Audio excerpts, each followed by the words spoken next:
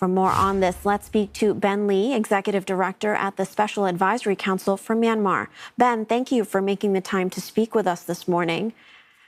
I want to start off by asking about the turnout. In the first phase, that was just about 52%. This next phase will see voters in the main cities of Yangon and Mandalay. Could we see more people turn out to vote? I think the real hallmark of the first phase 2 weeks ago was large-scale boycotts and very low voter turnout.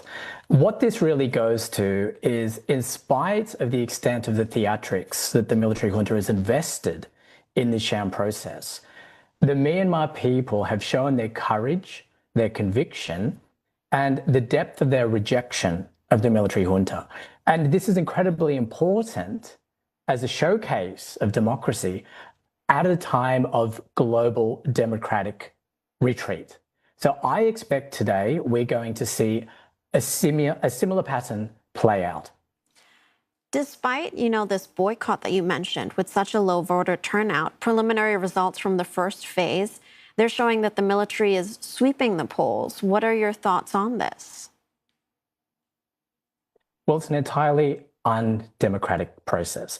The major and most popular political parties have been barred from participating in this, and democratically elected leaders, including President Win Myint and State Councillor Aung San Suu Kyi, continue to languish in political prison with 23,000 other people. So in no way is this legitimate. There's also the practical considerations added to that. The fact that the military controls less than 40% of the territory in the country. And by its own best estimates, this election will only reach 265 out of 330 townships. Now, that immediately disenfranchises 7.5 million people. You pointed to some of the criticism about this election, and, many human rights groups, including the UN, they've said that this is not a free, fair, or credible poll. Could this mean that the military then fails to gain the legitimacy it was hoping for? Or what kind of impact or outcome could we see at the end of this election? I would have every expectation that the international community will come together and say, we do not acknowledge these polls. We reject their outcome, and we continue to reject you, military junta, in your current form or any future form you take. Now, a small number of countries will come behind this result, but they are all joined by their undemocratic nature, and many of them will be brutal regimes. So they actually won't be countries that most legitimate actors would want to have their support for. But at the same time, the international community and ASEAN needs to come down strongly. First of all, in the case of the international community, by strengthening their sanctions, targeted financial sanctions against members of the military junta and their weapons embargoes. And in the case of ASEAN, they need to introduce a series of escalating punitive steps that they will take against the junta if it continues to reject ASEAN's 5-point consensus. We need to think about the message that an ASEAN failure sends to the region. What does this say to every military strongman with ambitions and autocratic streaks about what happens if they attempt a military coup? You've brought in ASEAN. Let's focus on that a bit more, because the bloc has been fairly divided on how to move forward when it comes to the crisis in Myanmar. You mentioned punitive actions. Other than sanctions, what could ASEAN members do to force the military's hand in this case? And what exactly would be the best case scenario?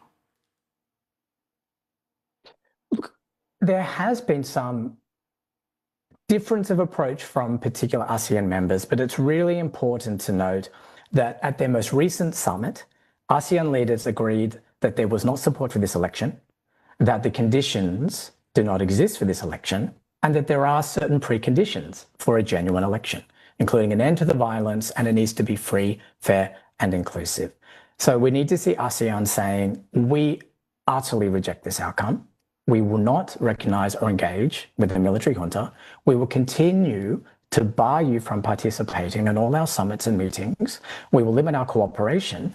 And most importantly, we will double down in our support for legitimate pro-democracy actors, the ethnic organizations and communities, the minority communities, the National Unity Government, Myanmar civil society. Strengthen the existing consultative platforms and support these genuine actors in their efforts to build an inclusive federal democracy from the ground up. There are concerns that Myanmar is unraveling with, this election taking place amid a civil war. This unraveling, this violence, it's no longer contained within its borders. How will continued fighting between the military and the rebel forces in parts of Myanmar impact security for neighboring countries? Security has been a concern for years, and that completely lies at the feet of the military junta. It is the junta that is forcibly displacing millions of people. It is the junta that has conducted airstrikes in cross-border regions. So Myanmar's most significant neighbours need to understand that it is in their best interest to support a normalisation behind genuine democratic and ethnic actors in Myanmar. And they need to be putting their support behind the processes to see that consolidation of a genuine process. The military junta has been a bad bet for Myanmar's neighbours ever since it launched its coup 5 years ago. It doesn't have any interest, really, in a genuine stabilisation. So I would say double down, reinvest your support in ethnic and genuine actors. Thank you, Ben, for sharing your insights with us. We've been speaking to Ben Lee, Executive Director at the Special Advisory Council for Myanmar.